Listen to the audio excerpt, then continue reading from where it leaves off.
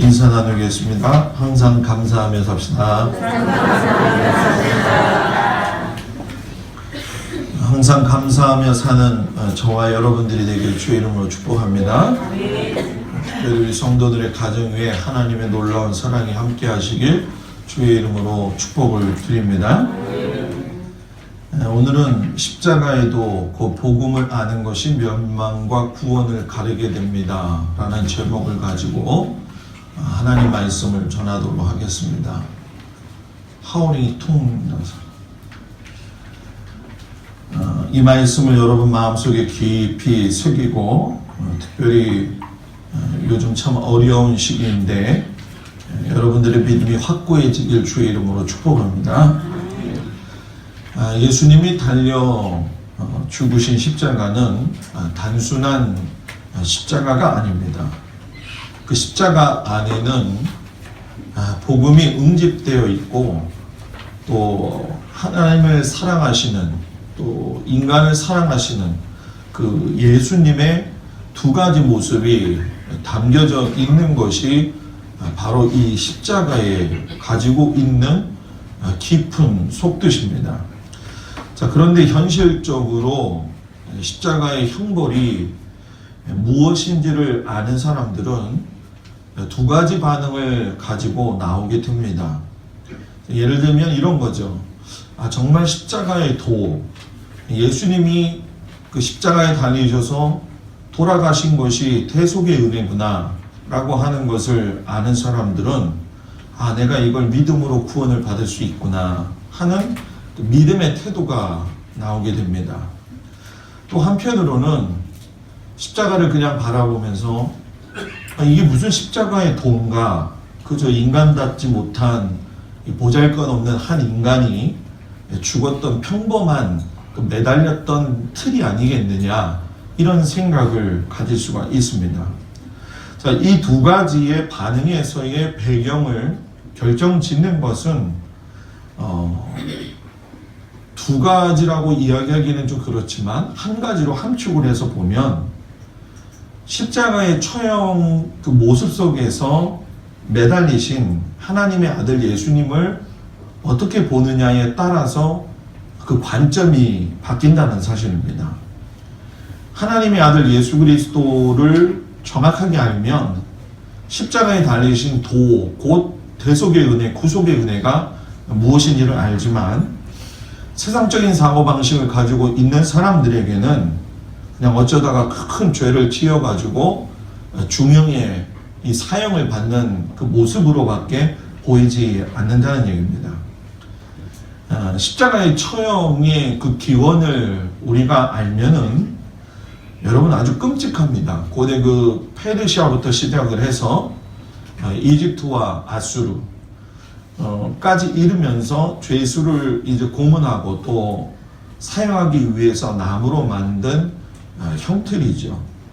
이 십자가의 처형이 최악의 극심한 고통을 유발하기 때문에 이 페르시아인들이 이것을 사용하고 난 이후에 로마까지 전해졌고 로마가 특별히 황제나 또는 정치적으로 반대의 입장에 서 있는 사람 또는 군중들을 동원할 수 있도록 만드는 위험의 소지가 있는 자들을 갖다가 처형하는 데 사용되어졌던 형틀입니다. 그래서 우리가 생각하기로는 십자가의 이 뒤에서 보고 있는 이 십자가의 형틀이 전부 다다 이렇게 생각을 하지만은 기본적으로 보게 되면 예수님의 제자들 가운데서도 나타나지만은 십자가는 X형을 가지고 있는 경우도 있고 또 T자형을 가지고 있으면서 사람의 사람이 가지고 있는 그 자신의 키보다도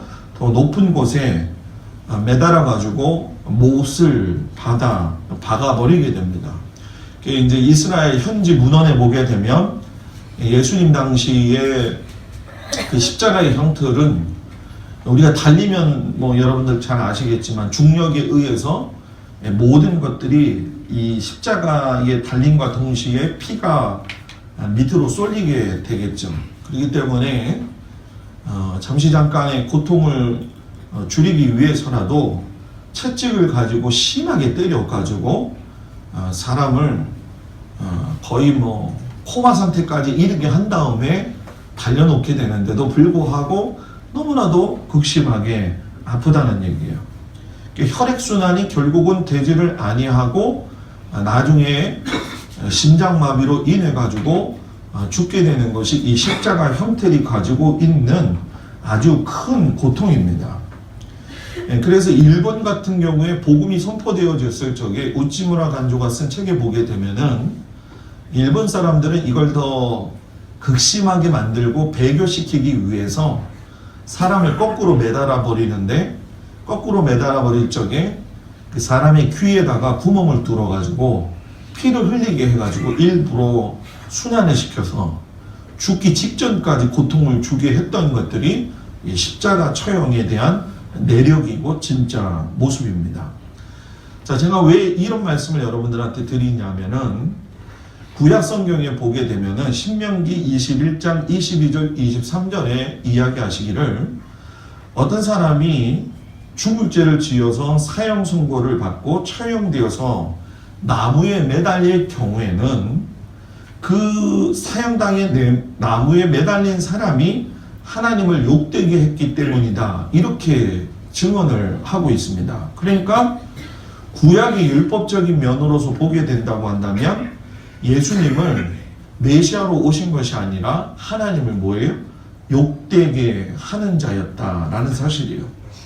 그런데 하나님께서는 십자가를 통해서 하나님을 욕되게 하는 것이 아니라 이제 새로운 접붙임의 시대를 통해 가지고 십자가 속에 달리신 예수님을 통해서 영원한 생명을 주시는 구원의 기쁜 소식인 이 복음을 갖다가 세상 모든 사람들한테 적용할 수 있는 사랑과 은혜를 베푸신 겁니다. 그렇기 때문에 저도 그렇고 여러분들도 그렇고 이제는 구약적 입장에서 이스라엘 사람들만 복받는 것이 아니고 구원받는 것이 아니라 우리가 다 구원을 받을 수 있는 하나님의 큰 선물을 받은 것입니다. 이 구원의 선물을 받을 수 있도록 하신 것이 누구냐면 바로 예수님이십니다. 그렇기 때문에 참다운 신앙생활의 삶을 우리가 살기 위해서는 주님이 달려 죽으신 십자가 속에 숨겨져 있는 비밀을 알아야 되는데, 이 비밀이 표면상으로 볼 적에는 그냥 우리가 느끼기에 달려 돌아가셨구나, 죽으셨구나, 그러니까 우리가 믿으면 되지, 그렇게 이야기하지만 이 고백되어지는 것은 하나님의 복음을 깊이 알게 될 때에만이 입술로 고백되어진다라는 얘기예요. 깊이가 없는 신앙은 겉표면의 모습만을 보고 살아갑니다. 깊이가 없는 신앙은 신앙의 삶을 살 적에 삶의 어려움이 다가오게 되면은 여러분 그것을 갖다가 뭐예요? 언제든지 배교할 수 있는 상황까지 가게 된다는 거예요. 왜 성도들이 살면서 곁길로 가느냐? 결국 그것은 십자가 속에 숨겨진 생명의 복음이, 그 속에 담겨진 예수 그리스도의 죽으심이 얼마나 큰지, 나약한 인간인 나 하나를 위해서 죽으신 사건인 것을, 그것이 하나의 사건 속에서 깨달아지고 또 그 계획이 나 한 사람뿐만이 아니라 모든 사람들을 살리는 하나님의 큰 구원의 계획이 있다는 것을 알 수 있는, 그 비밀을 캐낼 수 있는 은혜가 여러분들 가운데 있기를 주의 이름으로 축복합니다. 그래서 예수님께서 흘리신 십자가의 피를 잘 아는 것은 진짜와 가짜를 구분하는 기준이 되는 것이고, 멸망과 구원을 갖다가 가르고 세상의 정욕을 따라가는 자들하고 하나님의 자녀를 가르는 아주 중요한 기준이 된다는 거예요. 그래서 바울이 오늘 십자가 복음을 통해서 십자가의 도를 갖다가 여러분들한테 안내를 하고 우리가 그렇게 살기를 원하는 마음으로 오늘의 말씀을 우리에게 주신 겁니다. 이 말씀 속에는 우리가 첫 번째로 알아야 될 것이 있는데, 그것이 뭐냐면 십자가가 복음의 능력이고 신앙의 기초라는 사실을 깨닫기를 원한다는 거예요. 자, 고린도 전 후서의 내용들을 살펴보게 되면 여기서 우리가 참 답답하지만 현실적인 우리 교회들의 문제가 나오게 됩니다. 그 내용 자체가 뭐냐면 왜 하나님의 교회가 서로 예수님을 사랑하는 공동체라고 격려를 하면서도 왜 그 속에서 보이지 않는 분쟁이 있고 또 그 속에서 문제의 원인이 왜 나올 수밖에 없느냐, 이걸 밝혀내는 것이 고린도 전후서의 아주 중요한 내용입니다. 자, 여러분과 제가 예수님을 믿고 사는 한 믿음의 공동체고, 저는 직임을 받아서 목사일 뿐이지 하나님 앞에 서면 저도 그저 성도에 불과합니다.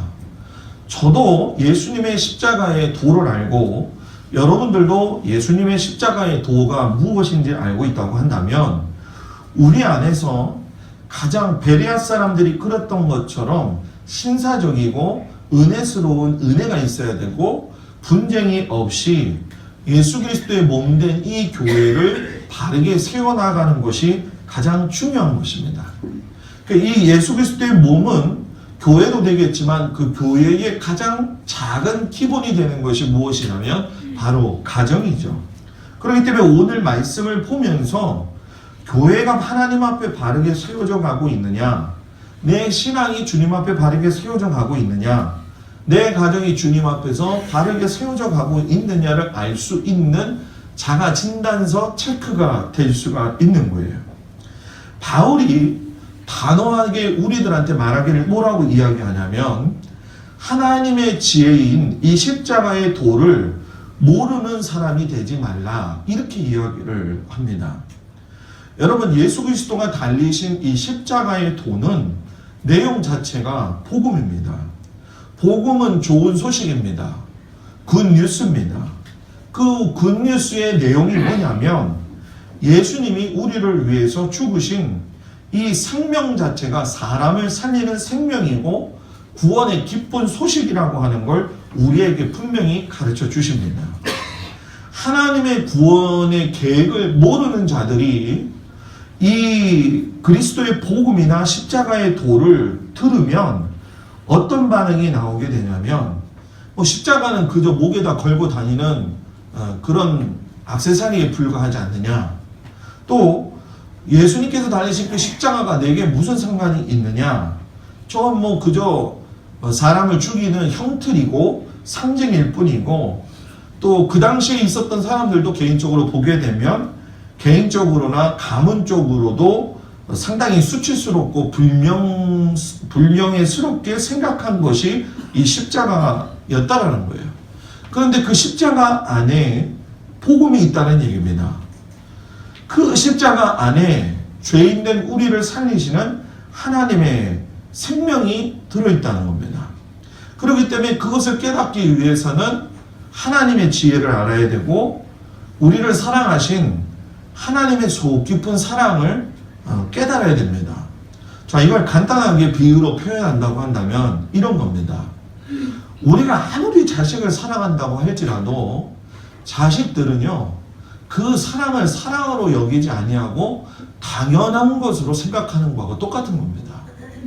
우리가 하나님의 놀라운 사랑을 받고 있는데도 불구하고 이건 그저 그냥 우리가 받는 것이다 라고 하는 단순한 생각만을 가지고 산다는 얘기입니다.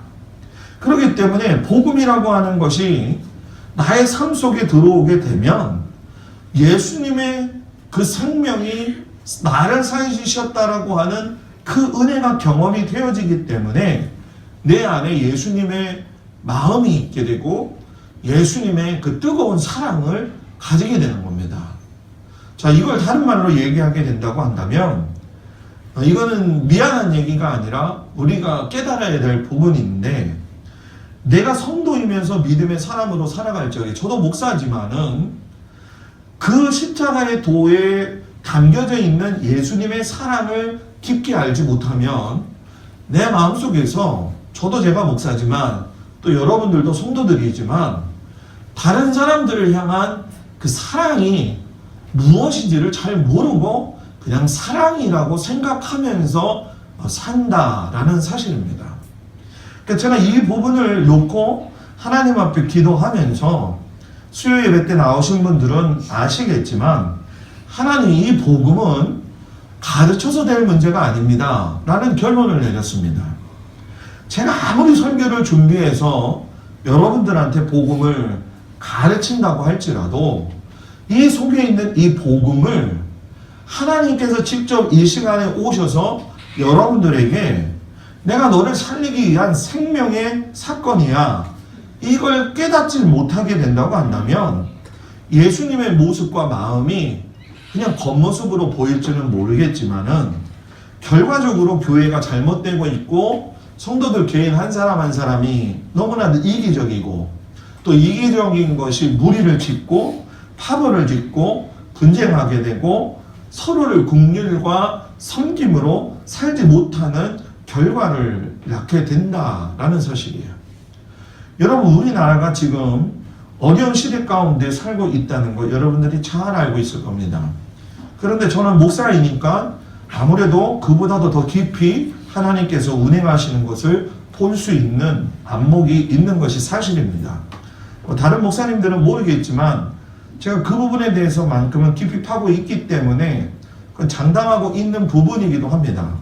또 장담한다고 해서 드러내지는 않지만 분명한 건 지금 대단히 중요한 위치에서 우리나라가 가고 있는데 여전히 지금 우리나라 속에 남아있는 것이 무엇이냐면 무리를 짓고 파벌을 짓고 당을 짓고 분쟁하고 있다는 사실이에요. 나라가 이렇게 어지러운 상황 속에서도 국회에서는 된다, 안 된다 이런 모습을 가지고 있어요. 뭐 어느 당이 오르냐 안 오르냐 이건 뭐 나중의 차원입니다. 지금은 응집되어져야 되고 하나가 되어져야 되는데 그걸 하지 못한다는 거예요.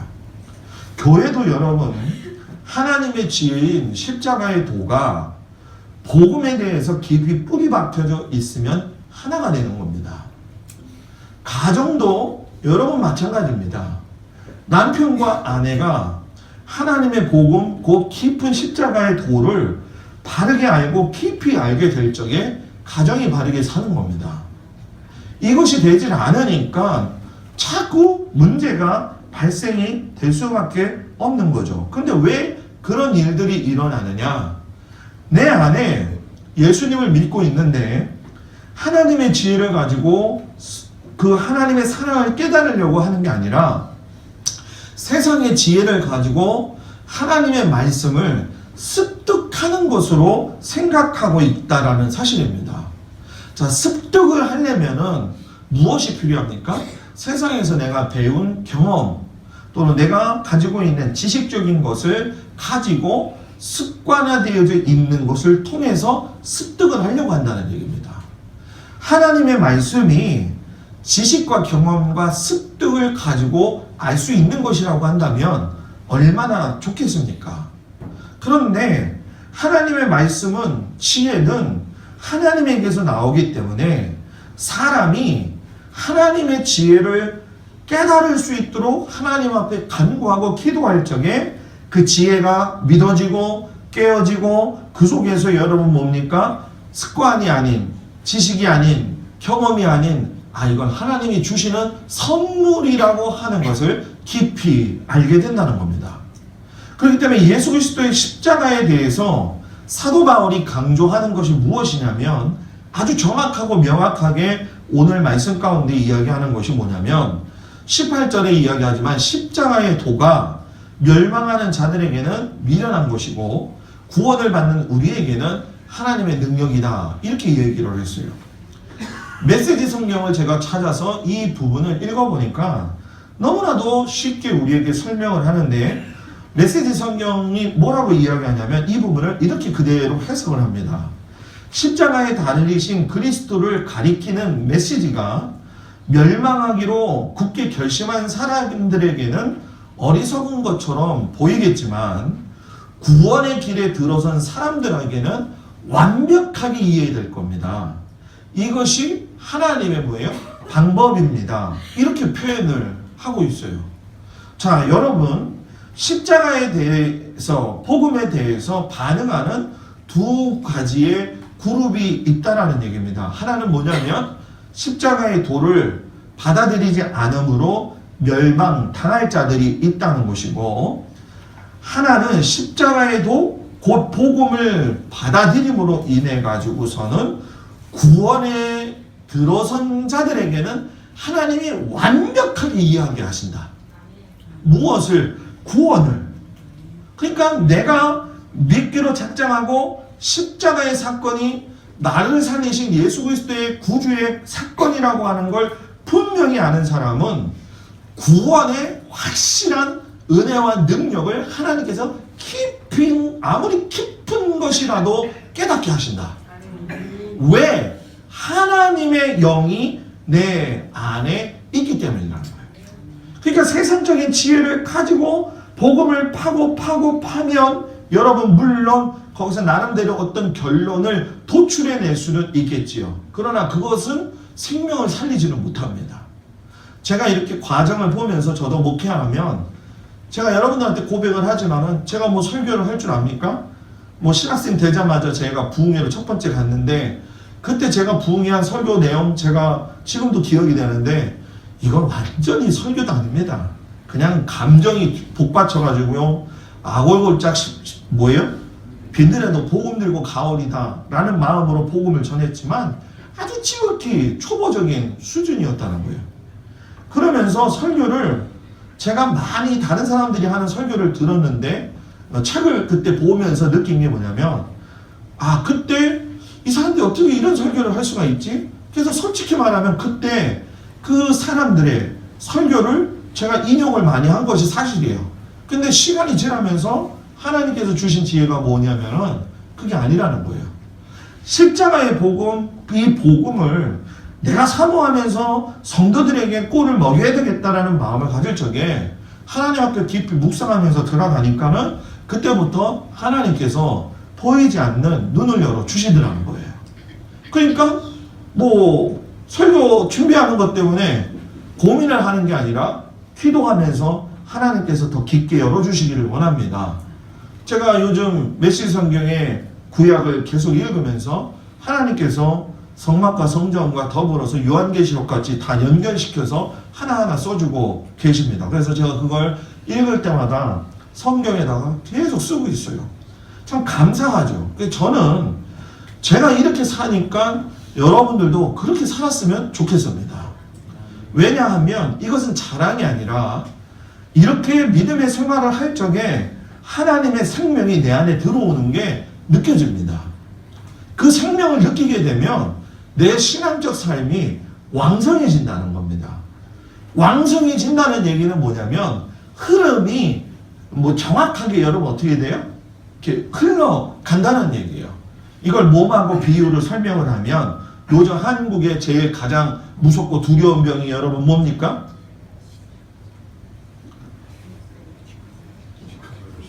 네? 한국에 세 사람 중 한 명이 걸려있는 병이 있어요. 아닌 것 같죠 여러분? 아닙니다. 대사증후군입니다. 대사증후군이 뭐냐? 당뇨, 고혈압, 그리고 비만하고 여러 가지들이 복잡한 건데 이런 경우가 있잖아요. 어떤 사람은 비만인데도 불구하고 혈중 콜레스테롤 노치가 높지 않은 사람이 있어요. 이제 저 같은 사람이죠. 저도 신기하게 여깁니다. 제가 저번에 피검사 했더니 의사 선생님이 저한테 그러더라고요. 아니 당뇨가 없습니다. 목사님은 그런 얘기를 하더라고요. 그러니까 요렇지만은 이렇게 중간에 턱턱 걸려있는 사람들이 애매한 사람들이라는 거예요. 고혈압인 것 같은데도 고혈압이 아닌 사람이 있고 저혈압으로 내려갔다가 중간에 걸리는 사람. 당뇨도 수치가 당뇨 완전히 넘어가지도 않고 내려가지도 않고 있는 이 중간에 있는 사람들. 이런 사람들이 보이지는 않지만은 이것이 나이가 먹어갈수록 여러분 뭐예요? 혈행, 피가 흐르는 것들을 막는 현상들이 나타난다는 거예요. 대사증후군 인터넷 가서 찾아보시면은 그 증후군의 몇 가지가 나한테 포함이 되는지를 보게 되면 내가 어떤 삶의 모습을 가지고 살아가고 있는지 이걸 갖다가 의사가 표현하기를 뭐라고 했냐면 시한폭탄이라고 얘기를 하더라고요. 그래서 제가 이 시한폭탄을 제거하기 위해서 또 이제 열심히 운동을 하려고 합니다. 여러분들도 마찬가지인 것 같아요.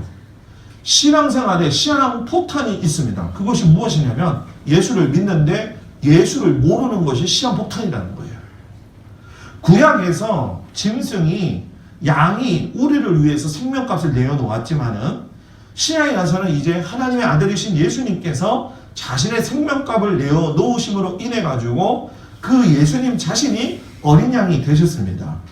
이 어린 양 되신 예수님이 죄인된 우리를 위해서 자신의 생명을 내놓으신 것을 믿는 것, 이것을 입으로 고백하고 자신의 입술로 그것을 갖다가 고백하고 그것이 또 내 삶에서 인정되어지는 삶으로 나와질 적에 그것이 온전한 구원의 삶이 되어진다는 거예요.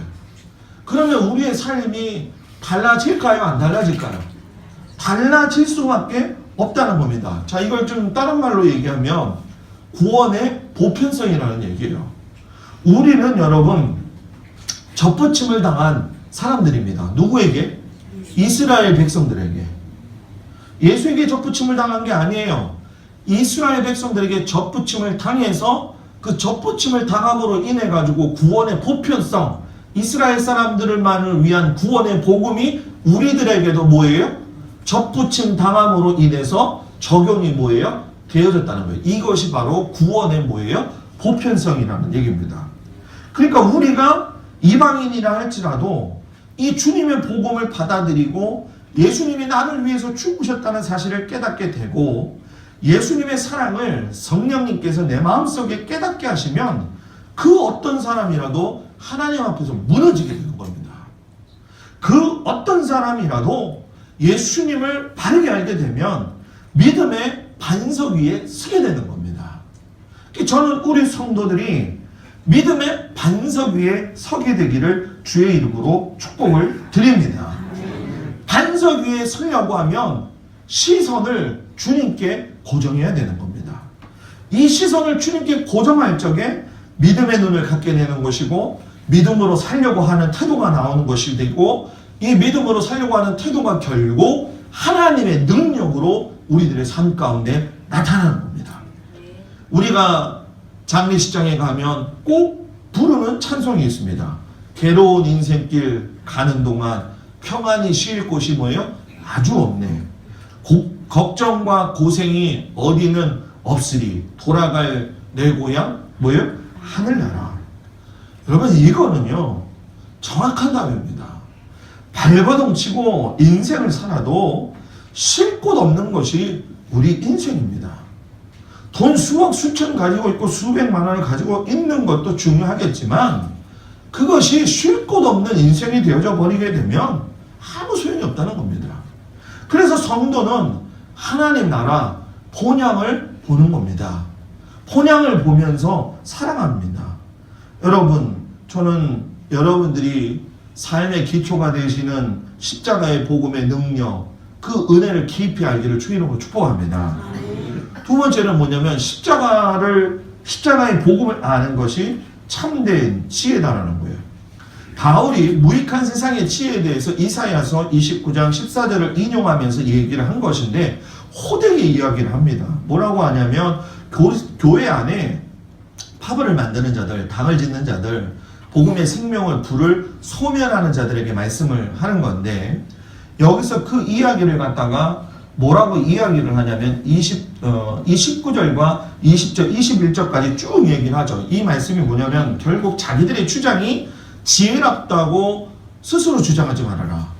자기들의 지혜가 세상에서 최고임을 주장하지 말아라 하는 얘기예요. 이사야서의 내용을 살펴보면 결국 하나님은 인간이 내세우는 지혜와 총명을 패하시는 분이다 라고 이야기를 해요. 여러분 메시지 성경을 이것을 제가 보니까 또 아주 기가 막히게 설명을 하고 있는데 여러분 잘 들어보십시오. 만사를 통달했다고 여긴 현자들이 알고 보니 바보였다는 것이 폭로될 것이며 모르는 것이 없다고 여긴 똑똑한 자들이 실은 아무것도 모른다는 사실이 드러날 것이다 라고 이야기를 해요. 무슨 말입니까? 하나님은요, 인간이 내세우는 지혜와 총명을 폐하시는 분이라는 거예요. 세상의 지혜자, 학자, 변론가도 결국 하나님 앞에서는 미련한 자라는 얘기입니다. 이 말의 온전한 뜻이 여러분 뭡니까? 세상의 어떤 지혜라도 인간은 스스로 구원할 수가 여러분 뭐예요? 없다라는 거예요. 고린도 교회 성도들이 이 사실을 알지 못했다는 겁니다. 어리석은 지혜만 내세우면서 자기가 옳다고 주장을 했다는 거예요. 아무 의미도 없고 아무 유익도 없는 행위를 자기들이 교회 안에서 하면서도 거기서 하나님의 복을 받으려고 하니 이게 얼마나 어리석어 보였겠냐는 거예요. 그러나 우리들에게는 구원받는 것이 능력이 됩니다. 왜 그러느냐? 우리 스스로조차가 이해를 못하는데 내가 풍부하고 경험을 가지고 살았다고 할지라도 내 한계를 인정하면 그때부터 하나님이 도와주시는 겁니다. 내 한계를 인정하지 아니하고 내 스스로 잘났다고 사는 것은 하나님 보시기에 가소로울 뿐이라는 거예요. 제가 어저께 뉴스를 보면서 한 가지 아주 놀라운 사실을 알게 된 겁니다. 놀라운 사실은 뭐 저한테는 뭐 그냥 평범한 거죠. 아마 이제 우리 원윤석 집사님은 알고 계셨을 거라고 생각이 되는데 요즘 안개가 떠가지고 비행기가 결항을 하는 사건들이 많이 일어났잖아요. 그죠? 그 결항을 했는데 그 결항을 많이 하는 여객기를 조사를 해봤더니만 중국 항공들이 제일 많이 결항을 하더라는 거예요. 결항을 하는 이유가 뭐냐면은 가시거리가 집사님 750m인가요? 그죠? 가시거리가 750m 안에서 내릴 수 있을 정도까지가 돼야 되는데 그것이 나눠져 있다는 거예요. 1단계, 2단계, 3단계의 그 급이 나타나 있다는 거예요. 몇 미터가. 그런데 750m 가시거리만 확보되면 뜰 수 있는 비행사가 1등 비행사라는 거예요. 그리고 2등 비행사, 3등 비행사가 있더라는 거예요. 기정이. 저 어저께 알았어요, 집사님. 근데 중국 사람들은 스모그 현상이 많잖아요. 그리고 비행사가 1등급 안에 있는 비행사가 적은 거예요. 그러니까 떠오를 적에 뜨지 못하고 내려오지 못하고 지연되는 이유가 거기에 있다는 걸 어저께 뉴스를 통해 가지고 제가 듣는데 아차, 이것도 신앙하고 똑같다. 저는 그 마음이 번쩍 들더라고요. 세상의 지혜로 복음을 믿으면 믿을 수가 없는 겁니다.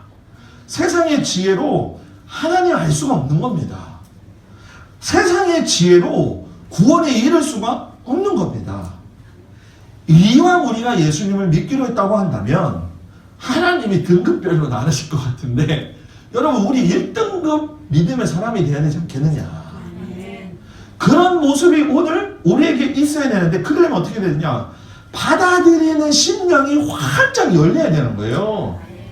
받아들이는 심령이 활짝 열릴 적에 하나님이 그 속에 활짝 들어오시는 거예요. 내가 문 밖에 서서 두드리노니 뭐예요?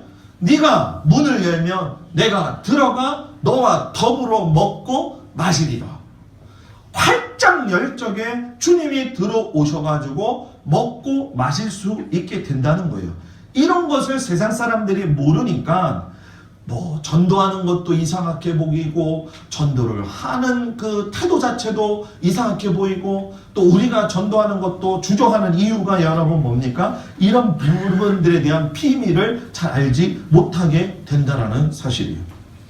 십자가의 참된 복음을 아는 사람들은 가볍게 생각하지 아니하고 내가 믿음 안에서 살려고 하기 위해서 하나님의 말씀을 경청하고 배우고 연구하고 삶에서 살려고 하는 자가 되는 은혜가 있기를 주의 이름으로 축복을 드립니다. 그래서 제가 하나님 앞에 기도하면서 3월달 이제 2월 말이 저기 되니까 3월이 초가 되면서 중순쯤부터는 주일날 오후 예배는 성경 각 권에 대한 말씀을 깊이 좀 다루려고 합니다. 왜냐하면 좀 다뤄야 되겠다는 생각이 들어요. 물론 우리가 가시적으로 조금씩은 배웠지만은 그거를 좀 잘 못 알으니까 우리가 너무 좀 신앙이 흔들리는 경우가 많이 있다. 그래서 주일날 오후 예배를 그렇게 드리면서 여러분들한테 가르치려고 합니다. 여러분 이걸 위해 기도하시기를 주의 이름으로 부탁을 드립니다. 마지막으로 십자가의 지혜는 이해하기 전에 삶 속에서 믿음으로 나타나야 된다는 거예요. 사도 바울이 당시에 십자가의 도를 알지 못하고 있는 유대인들과 헬라인들의 이야기를 하게 됩니다. 여러분, 유대인은 표적을 구하고 헬라인은 세상의 지혜를 구했다라고 이야기해요. 유대인들은 여러분 표적을 구했다라고 이야기하는데, 여러분 신앙생활에서 표적을 구하고 체험하는 것 대단히 중요한 거 압니다. 그런데 바울이 이야기하는 게 뭐냐면은 이 표적이 올바른 믿음에서 오히려 벗어날 수 있다라고 이야기한다는 거예요. 자, 왜 그런지 한번 이야기를 할까요? 유대인들은 광야의 이스라엘 백성처럼 하나님을 그렇게 경험해 본 자들이 아닙니까? 여러분 생각해 봐요. 그죠? 출애굽을 하면서 여러분 광야에서 구름 기둥 봤죠? 불 기둥 봤죠? 만나 먹었죠? 메추라기 먹었죠? 뭐 물을 나올 수 없는 바위에서 샘물이 터지는 것이 봤죠? 홍해가 갈라지는 걸 봤죠? 뭐 선지자들을 통해서는 뭐 못 봤습니까?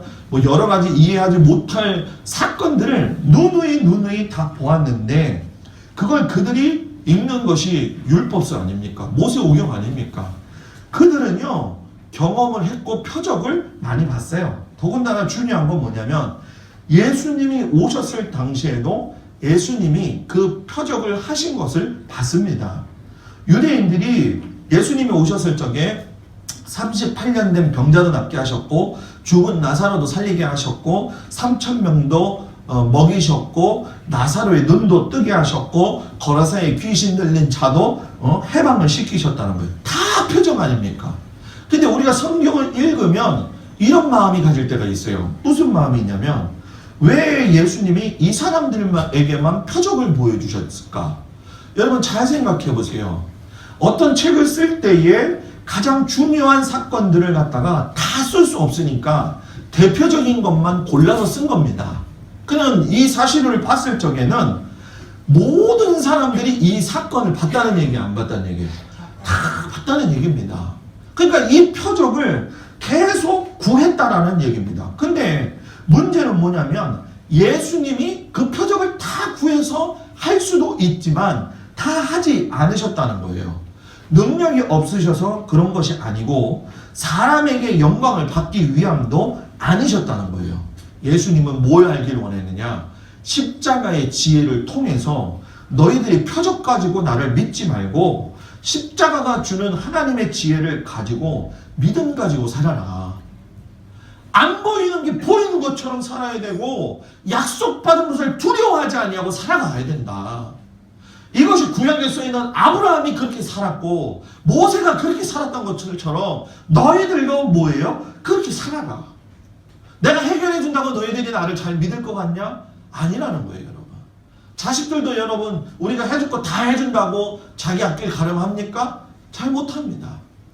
그리고 여러분 헬라인들은 계속적인 지혜를 요구했죠. 지식이 넓고 많이 아는 것으로 행복감을 누리려고 했다는 거예요. 여러분 하나님의 말씀은 지식으로 아는 게 아니고 심, 안이 열려야 돼요. 마음의 심, 안이 열려야 되고 지안, 알고 있는 지식, 지혜가 지안이 열려야 되고 영안, 하나님의 보이지 않는 그 영안을 볼 수 있는 뭐가 있어야 된다고요? 영안. 그래서 제가 세 가지 얘기했죠. 뭐요? 심안, 지안, 영안이 있어야지 열린다는 거예요. 근데 자꾸 한쪽으로만 헬라인들이 뭐만 열려고 했어요? 지안만 열려고 한 거예요. 그러니까 예수님의 말씀이 믿어지지 않는다는 거예요. 그러니까 야 생각해보니까 뭐예요? 야 저기 메시아라고 왔다는 저 사람이 말이야 십자가의 형태를 해서 저렇게 해주고 야 저건 뭐 이해하지 못하겠다. 왜? 상식적으로 지혜적으로 보게 된다면 탁월한 사람이 와서 메시아가 되어야 될 판인데 왜 이렇게 저 사람이 죽을 수밖에 없느냐, 이런 결론에 그들이 도달했다는 거예요. 그걸 사도 바울이 알았다는 거예요. 그러면서 우리에게 이야기하는 게 뭐냐, 결국 뭡니까? 세상은 두 부류의 사람들이 있다는 거예요. 두 부류의 그룹이 있다는 거예요. 복음을 배척하느냐 아니면 믿느냐라는 거예요. 어중간한 건 여러분 신앙생활을 한다라고 이야기하면 안 됩니다. 기독교는 그렇기 때문에 제가 여러분한테 늘 이야기하죠. 인간이 만든 종교가 아니라는 얘기예요. 여러분 승려들도요 어려움을 당하면 하나님 쳤습니다. 무당도 있잖아요. 여러분 어려움 당해서 죽기 직전에 가면 자기 죽을 거 구업수로 점 쳐가지고 알면 거기 가지 말아야 될 거 아니에요. 그죠? 우리 맨날 신년에 보면은 사람들이 그러잖아요. 뭐 구슬 보러 갔더니 점을 보러 갔더니 뭐 올해는 동쪽 바다를 가지 말고 뭐 주로 서쪽을 향해서 가고 서쪽에다가 일을 많이 벌리면 좋고 뭐 이런 얘기들 하잖아요. 그죠? 그죠? 그러면 자기 자신의 삶은 모르겠냐는 거예요. 이게 인간의 미련한 거라는 거예요, 여러분. 더 미련한 게 뭡니까? 불상 만들어 놓고 거기 가가지고 절하는 거, 그 얼마나 더 미련한 겁니까? 자기가 파놓은 걸 가지고, 자기가 해놓은 걸 가지고 거기다가 절하고 있어요. 네? 근데 여러분 중요한 건 그것에 하나님의 영이 깃들지 아니하고 사탄의 영이 들어간다는 거예요. 사탄의 영이 들어간다는 거예요. 그래서 제가 여러분 장승배기하고 이 동작구를요 얼마나 연구를 많이 하는 줄 아십니까? 네? 동작구 연구 많이 합니다. 이 어디입니까? 장승배기에 가서 저 성숭실대 앞까지는 옛날에 왕손들이 죽었을 적에 상여 매던 사람들이 살던 곳이었죠. 그죠?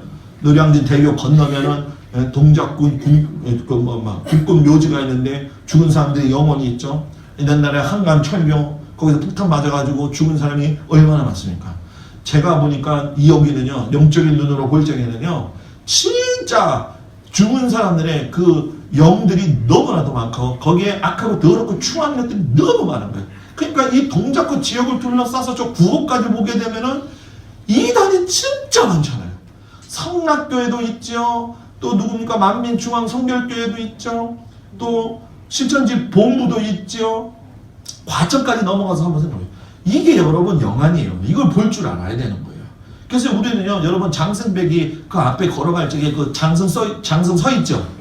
거기다가 여러분 기도하고 가야 됩니다. 주여 예수 그리스도의 피로 명하노니 저 지하 대장군인지 여장군인지 모르겠지만은 모든 악한 것들은 예수 이름으로 떠나갈지어다.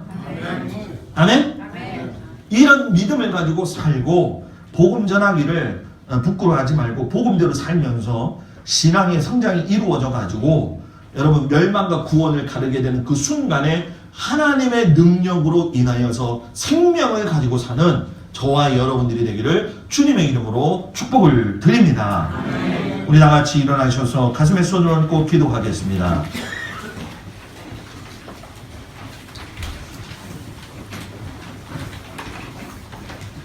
가슴에 손